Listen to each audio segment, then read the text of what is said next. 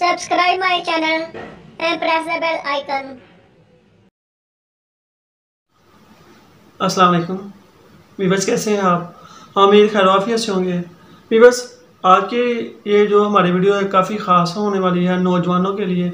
काफ़ी भाई हैं, काफ़ी वीवर्स हैं, तो काफ़ियों ने कहा था हकीम साहब हमें कोई ऐसा नुस्खा, ऐसा इलाज या ऐसी दवाई बताइए कि जिससे हमारा अज़ूए ख़ास, जिसे आम लफ्ज़ों में आप और नफ्स भी कहते हैं, कि उसकी लंबाई और मोटाई हो जाए।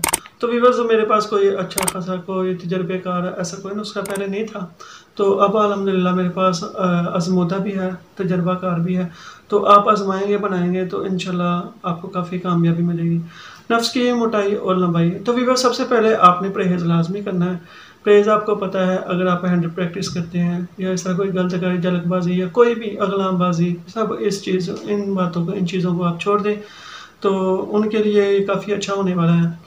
तो ये नहीं है कि आपने ये भी काम करना है तो परहेज़ नहीं करें, तो इस तरह नहीं होगा। तो आते हैं अपने अज़ा की तरफ। आसान है, फिर मैं उनकी जो तरकीब तैयारी वो भी आपको बताऊंगा। तो भी बस अज़ा मैंने लिखे हुए हैं। अज़ा में पहली चीज़ है तिलों का तेल है, पान की जड़ है, लहसुन है और रोगन मालकंगनी है। ये 4 चीज़ें हैं। भी बस इनकी जो मिकदार है, तिलों का तेल ले लें 500 ग्राम ले लें, पान की जड़ वो आपने 100 ग्राम लेनी है, लहसुन है वो 20 अदद पोथी लेनी है, यानी कि जो ये जिसे आप कह लें पूरा लहसुन नहीं, 20 अदद लेना, कि एक लहसुन हो उसमें अगर आप 20 अदद निकालते हैं पोथी वगैरह तो वो काम आएगा। और रोगने मालकंगनी ये आपने लेना है 150 ग्राम।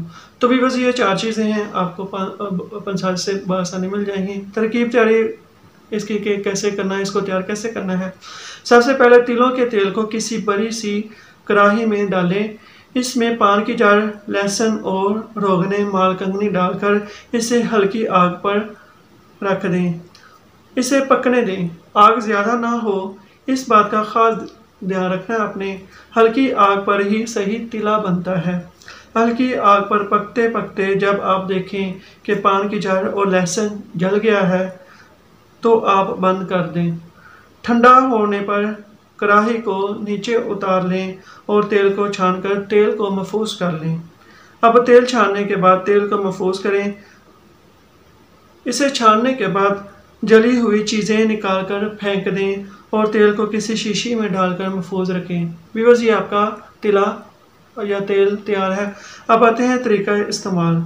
इस तेल के 15 से 20 कतरे रोज़ाना रात इस तरह नफ्स यानी कि ज़ोए ख़ास की मालिश करें कि नफ्स की नीचे वाली और आगे कैप वाला हिस्सा, जिसे आप सुपारी कहते हैं, हिस्सा छोड़कर तेल को जज़ब करें।